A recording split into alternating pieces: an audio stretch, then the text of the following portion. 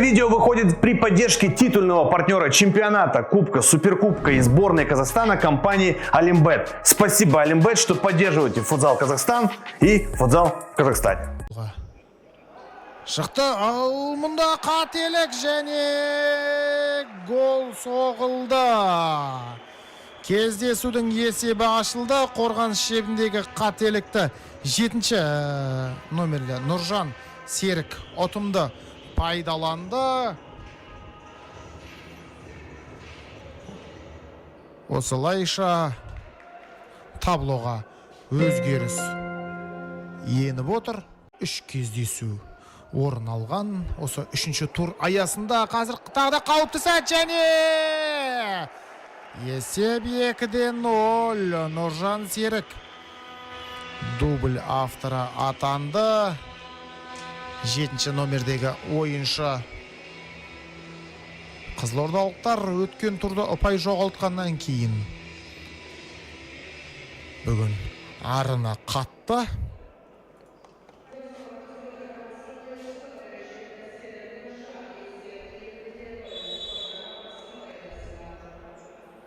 Жандосбек Нәбиевтен пас алған Нұржан Серік. Жандосбек Нәбиев. Және Нәбиев. Ал мұнда ше, гол! Гол! Фархат Болат гол соқты. Небәрі 16 жасар ойынша Фархат Болат. 11-ші номердегі ойыншы көзге түсіп отыр.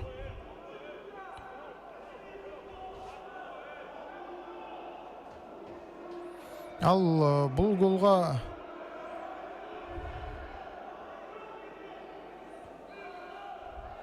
жергілікті жанкүйерлер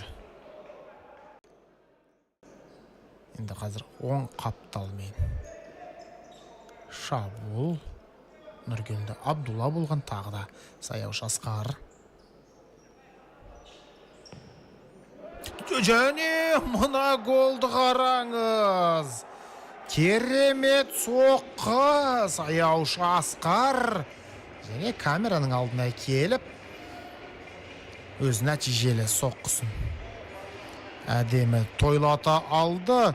Бір ешкімге көрсетпей, білдіртпей, айтпай, бір ешкіммен ақылдаспай, ешкімнің пікірін сұрамай бір бағыттап қалған соққы болды. Мәрдің оғындай. Міне жаңа тұсқа назар аударатын болсаңыздар, қақпа артында камерадан көрсетілген қайталау сәтінде тіпті бұл голға жергілікті жанкүйерлер де риза. Бәйтерек командасында 5 фол болған екен, біз оған назар аудармай қалып па! Ол туралы сәл кейінірек. Жандосбек Нәбиев есепті 3-2-ге жеткізіп отыр.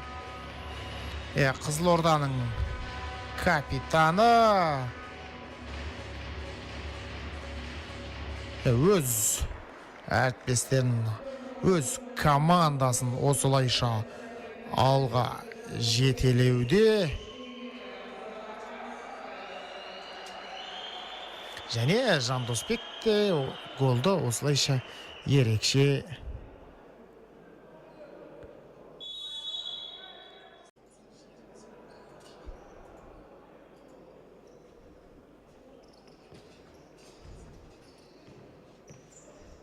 Нұржан Серік. Қызылордалықтар шабуыл және Нұржан 4-2. Мұна гол қандай керемет гол. Қақпашының бойынан асыра салды және хет-трик.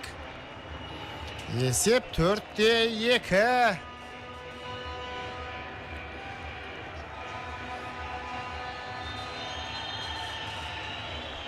Тағда қорғаныс шебіндегі қателік. Бәйтерек ойыншылар енді жастықтың буымен, нағыз бір албырт сезіммен қателікке бой алдырып жатқан шығар енді.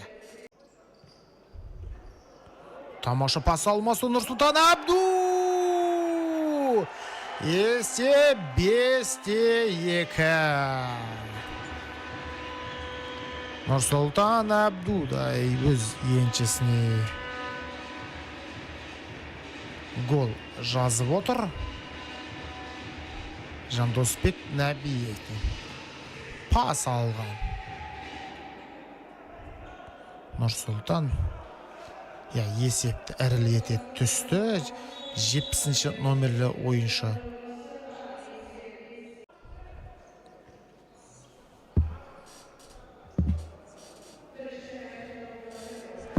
Соңғы 1 минут қалыпты деп отырған кезде Жандосбек Нәбиев есепті 6-2-ге жеткізді.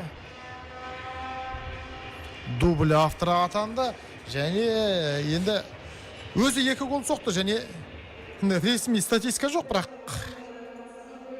қателеспесек 2 ассист берді. 4 ұпай жинап отыр. Жандосбек Нәбиев. Және бір осы пікірде енді көз қырымызды салып отырмыз.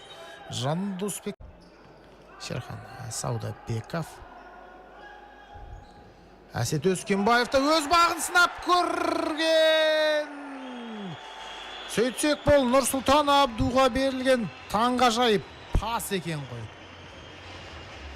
70-ші номерлі Қызылорда командасының ойыншысы дубль авторы атанып отыр қадірменді ағайын. Есеп 7-2. Шамасы мұнда сонда да Әсет Өскенбаев қақпаға қарай соққы бағыттаса керекті.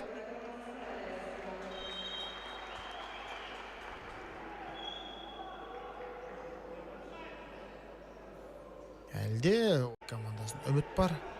Және міне осылайша гол соғып отыр Нұргелді Асқар.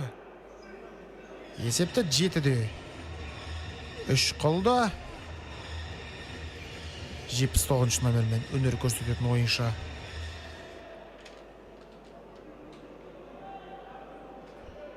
Бұл ойында жалпы саны 10-шы гол соғылды.